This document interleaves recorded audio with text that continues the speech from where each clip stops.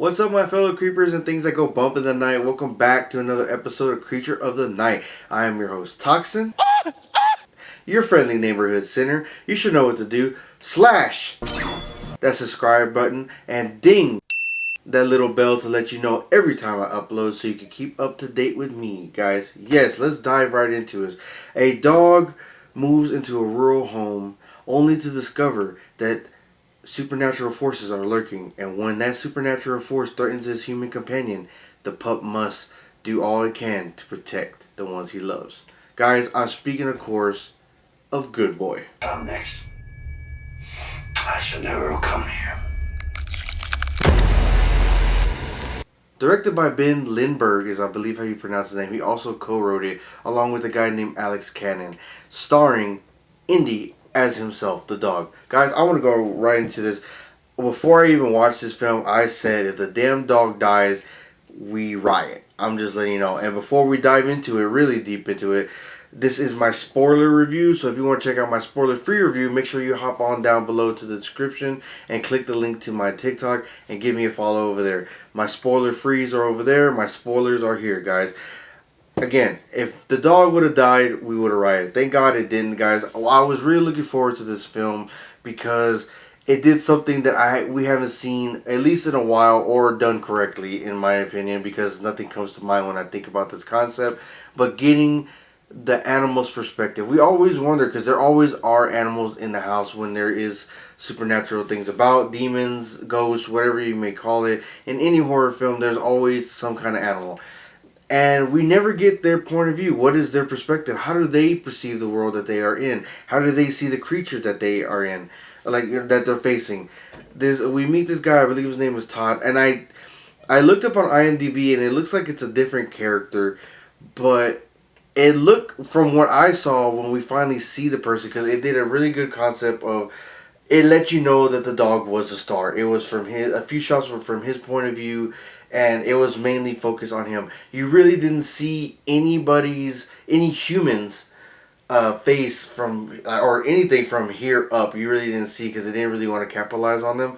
And if you did, it was because they were already dead, or because, like, it was like obscure, like it was in the dark. You could just kind of see the bridges, or like the very faint facial features of the human characters.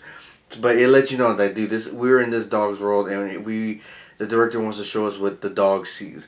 So I thought that was really dope, that it really just did focus on him, and it let us know from the get-go that he's our main star, and this is the guy that you need to look out for.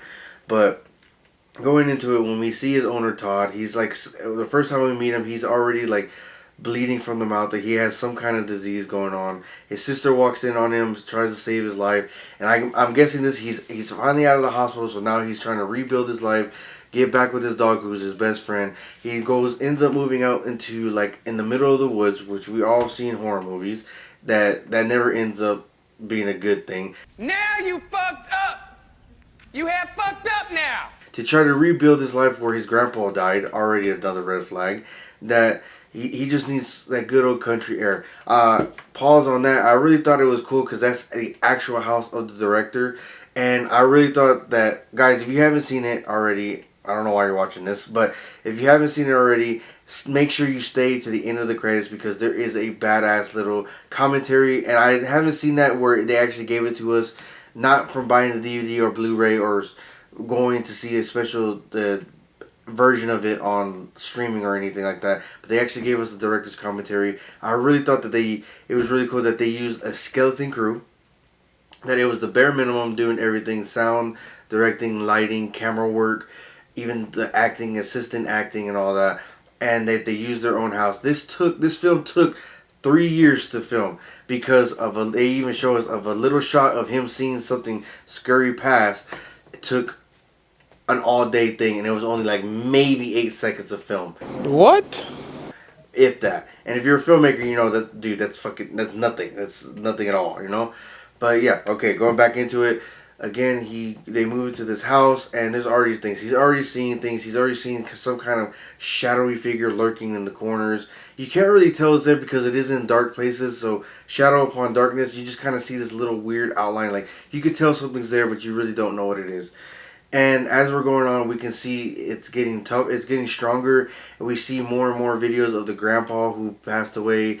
And I was unclear. Maybe I just missed it because we had fucking interruptions in the theater. Hate that. That's one of the reasons I don't like going to theaters anymore. Is because we always have to deal with loud people and annoying people who don't take other people's consideration at all. But that I was unclear if the grandpa actually committed suicide or he actually died of natural causes, but he died in the house, and apparently it's a house that was in the family for like generations after generations. The whole family is there, has a graveyard like somewhere nearby that's full of their family, and time's going on. The companion's getting sicker. The dog's getting more suspicious. He's seeing things more often. Apparently, there's a weird hole in the basement that opened up because something happened that it opened up, and it unleashed something. This kind of mud. It looks like a human. It doesn't look demonic. It just looks like this kind of human that can like. It's covered in mud. I don't know. He crawled out the ground or something like that. I'm not entirely sure.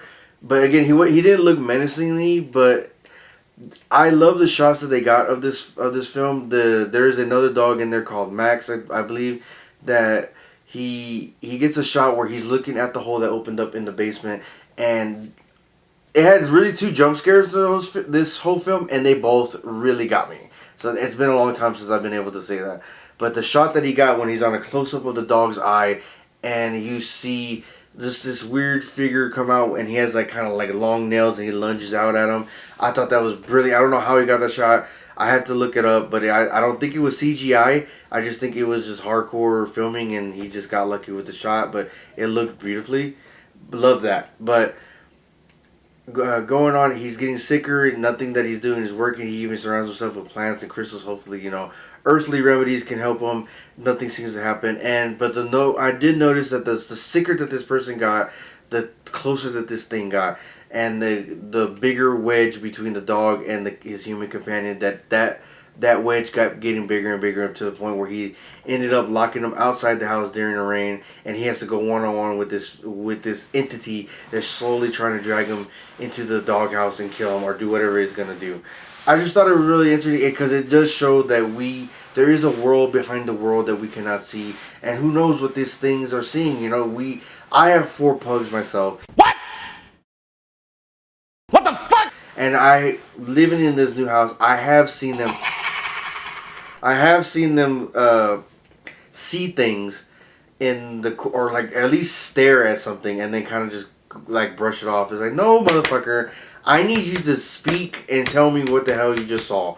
What were you looking at in the corner? What were you looking up at the roof? What was above the refrigerator that you were looking at? Creepy shit. So I thought getting a POV or getting a story from the point of view of the creature was a great idea. I think it's doing pretty well. I think it's got like a 6.5 out of 10 rating right now, and I think it's a very fan favorite. I do want to let me look this up real quick. We will return after these messages. It has an 89%. I didn't want to get it wrong for you. It has an 89% Rotten Tomatoes, and I believe an 83% with the fan favorite. So I thought that was really cool, guys. One thing I was unclear about, I'm not really sure because it does take it. It has a heart-to-heart moment when when he finally dies. He kind of comes to the dog made it inside because he has to protect his master, and he's like, oh, how did you get in the house? And he sees his lifeless body on there, so he's dead. And then this thing has a chain around the owner's soul, like he's a dog, and he drags him down into the basement, and that's where the dog goes into the hole, into the ground, and like tries to bring him back. And they have a kind of heart-to-heart moment, like, you can't save me, like you're a good boy, thank you, but you can't save me, like stay here.